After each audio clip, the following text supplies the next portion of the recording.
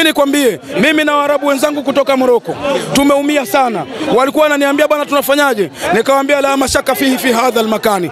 Bana Kiarabu hichi kapteni, emrudia. La mashaka fihi fi hadha almakan. Nahnu hadhar fi hadha almakan. Nahnu nadribu alqahwa.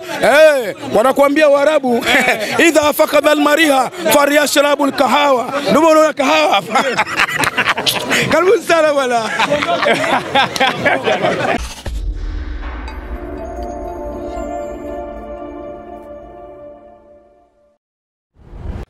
Mtazamaji wa S105 TV, leo kuna shughuli maalum ya mashabiki wa klabu ya Berkane hapa nchini Tanzania katika maeneo ya mgahawa wa seafood hapa Kinondoni Studio, Dar es Salaam. Shughuli na eka nzima kuanzia maandalizi haya na shughuli nzima utaipata hapa katika page ya S105. Tuko hapa kwa ajili ya kuripoti taarifa nzima jinsi mashabiki wa Berkane walivyofurahi katika tukio la hapo jana baada ya kutoa ubingwa wa shirikisho ama Confederation Cup kwa mwaka 2024-25 dhidi ya mnyama Simba baada ya sare ya 1-1 katika uwanja wa Amani Zanzibar, kuifanya mechi kuwa 3-1 kwa aggregate ya mabao 3-1 ambayo Simba wamevuna katika mchezo huo na kuifanya Berkane kwa mabingwa wapya kwa mwaka 2024-2025. Shughuli nzima mashabiki wa Berkane wakihanikiza takuonyesha mambo ya kiharab hapa kinachoendelea hivi sasa. Unaweza ukaona, lakini usishangae kuona wananchi nakwaje kaka. Usishangae kuona wananchi katika jambo la Berkane. Bana, kama ambavyo unaona maandalizi yanaendelea hapa seafood lovers, baadhi ya mashabiki na wanachama wa Yanga, hasa wale waandamizi influencers, mashabiki wenye nguvu ya ushawishi wameshaanza kujitokeza, na eneo hili kama unavyoliona limependeza, setup kubwa kabisa kwa ajili ya tukio kubwa. Na hii ndo maana halisi ya utani wa jadi. Unajua watu wasichokijua, baadhi ya mashabiki wanapandikiza chuki ndani ya mioyo yao, wanaingiza na mambo mengine binafsi, lakini huu ndio utani wa jadi. Wewe kama utakasirika kimpango wako. Tumpande shabiki mmoja wa Berkane. Tunzetu. Bana, mambo vipi? Safi sana mzee baba, ni kama kawaida. Kama kawaida. Bana, hapa kuna mchongo gani? Mbona watu wameitika sana? Bwana, hapa kuna mambo ya Kiarabia. Hapa kuna mambo ya Kiharabu. Sisi wana Yanga tuna kaliba za Kiarabu.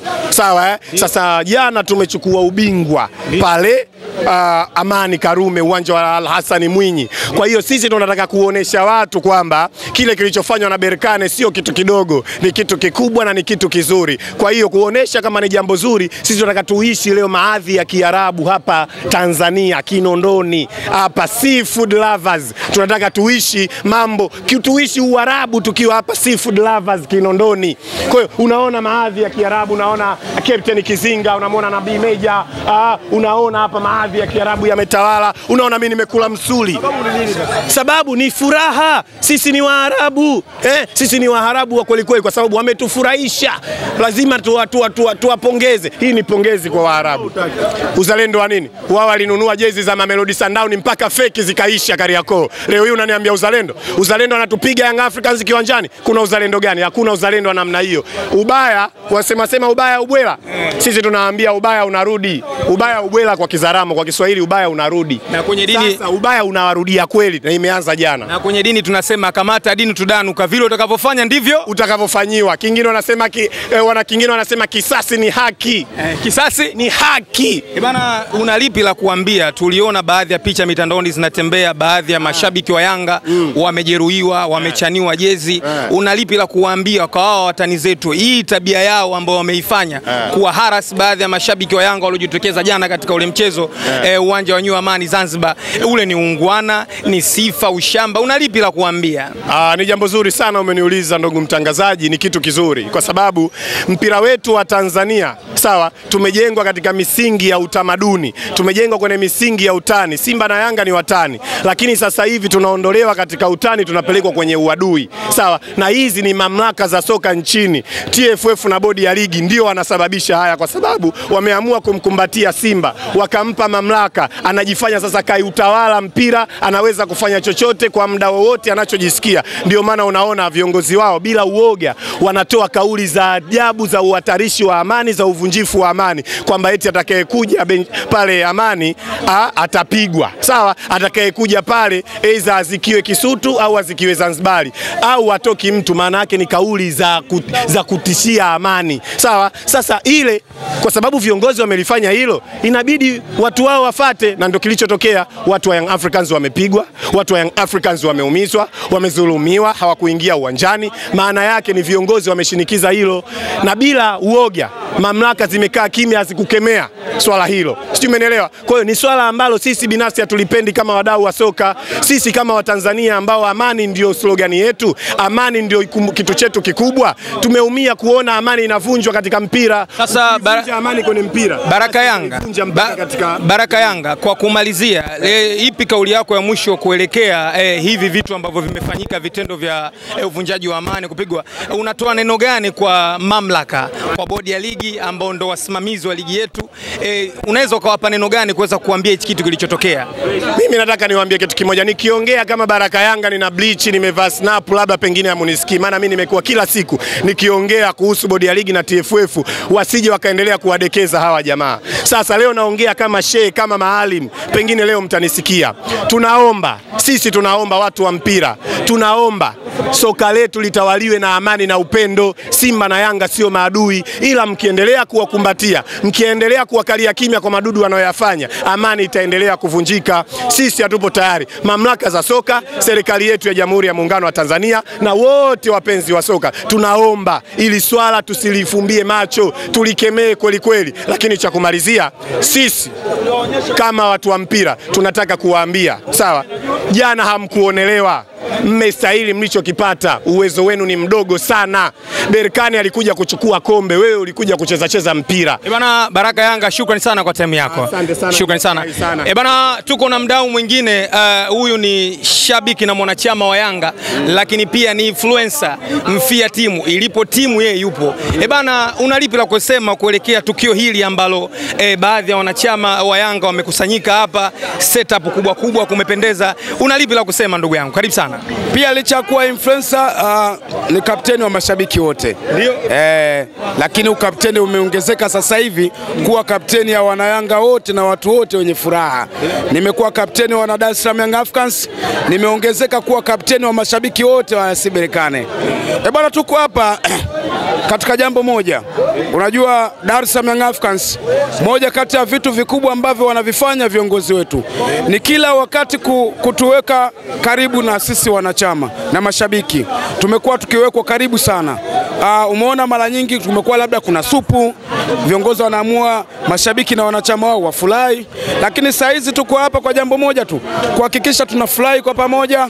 Umeona bwana, yes, katafrija fulani hivi kwamba wanayanga sasa viongozi, unajua tangu tumetoka Tanga hatujakaa kukutana, na hii ndio desturi ya viongozi wetu kutuweka pamoja. Mara nyingi licha tu ya kutuweka pamoja, kuna vitu vingi ambavyo umekuwa unaona Dar es Salaam Young Africans, viongozi wamekuwa wakifika sehemu kama ni mechi, wanakwenda kuwaona watoto wenye uhitaji, wazee wenye uhitaji na mambo mengine. Yani desturi ya viongozi wetu pamoja na GSM Foundation ni kufika kuangalia kwa wale watu ambao wana uhitaji.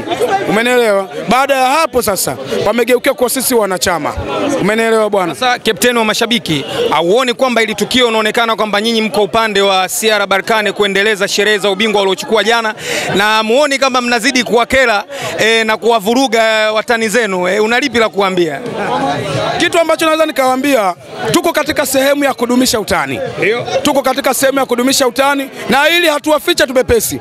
Kiukweli jana wanayanga wote popote duniani. Tumefurahi kweli mlivyokikosa kikombe hicho. Imagine kama wangekipata kikombe hichi, tusingekaa mjini, wasingekaa wakawashambulia Berkane, wangetushambulia sisi Waarabu weusi tuliobaki Tanzania.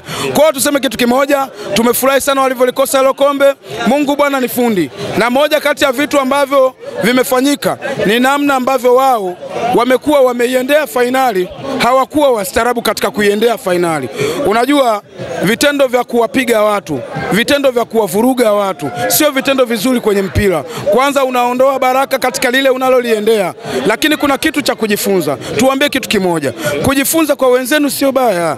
Jifunze Dar es Salaam Africans kila popote anapokwenda.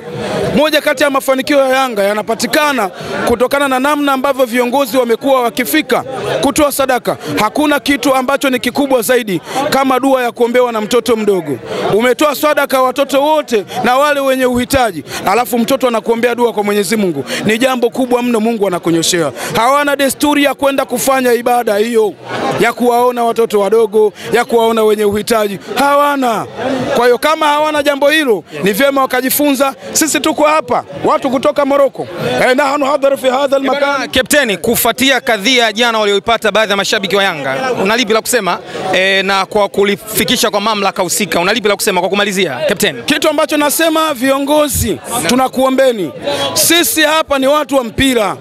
Wanapotumika viongozi kuchagiza kuvuruga amani, ni vyema mkasimama. Kuna kiongozi wao ndo aliyesababisha na akawaamuru wafanye haya yaliyoendelea. Mimi nikwambie, mimi na Waarabu wenzangu kutoka Morocco tumeumia sana. Walikuwa wananiambia bwana tunafanyaje? Nikawaambia la mashaka fihi fi hadha almakani. Bana Kiarabu hichi Kapteni, emrudia. La mashaka fihi fi hadha almakan. Nahnu hadhar fi hadha almakan. Nahnu nadribu alkahawa. Wanakuambia Waarabu idha fakadha almariha faryashrabu alkahawa. Ndio unaona kahawa hapa. Karibu sana bwana.